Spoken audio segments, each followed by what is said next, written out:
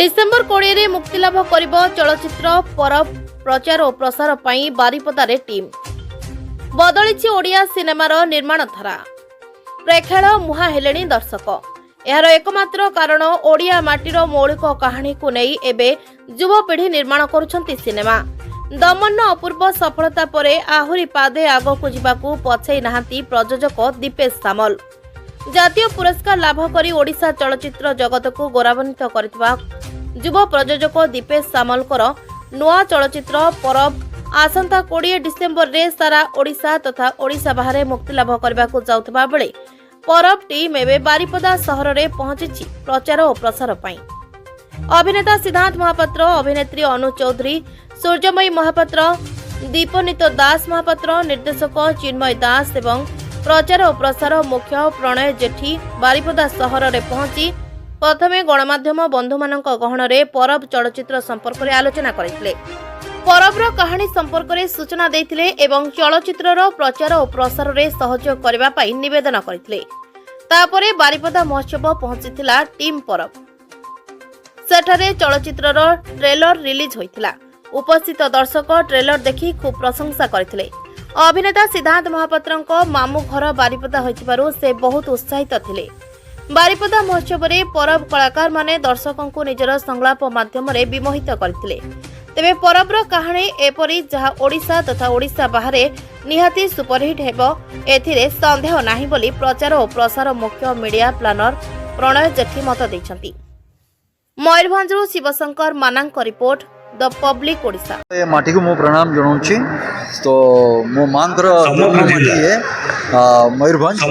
बारिपदा तेणुक प्रथम तो सहीटा चाहिए आसिक बहुत खुशी लगुच सहित बहुत दिन गोटे अपेक्षा मोर अंत होती मयूरभंज महोत्सव को आसवाई जो इच्छा टिकक थिला केबे से प्रकार पाई नी निमंत्रण आज निमंत्रित भी होती आसीचे मंच उपर को मोर सौभाग्य ये माटी को आसवा ये मंच उपर को आसवा तेणुक समस्त कार्यकर्ता जो मैंने भी अच्छा समस्त को धन्यवाद जनइबी और मुझे आज आसी गोटे सिनेमा आमर आसूची जार ना हूँ परब तो से परबर आज प्रमोशन पाई आम आसीचु एवं तार आरंभ भी है आज आमर मयूरभंज महोत्सव मंच उपर आरंभ है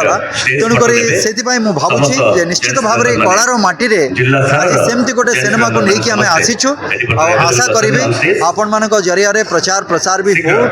अनेक रु अनेक दर्शक आमर मयूरभंजर समस्ते आसिक से पिक्चर को देखंतु उपभोग करंतु नियारा छविटे जार ना हूँ परब नमस्कार आपण मन धन्यवाद जेहेतु आपण मैंने आज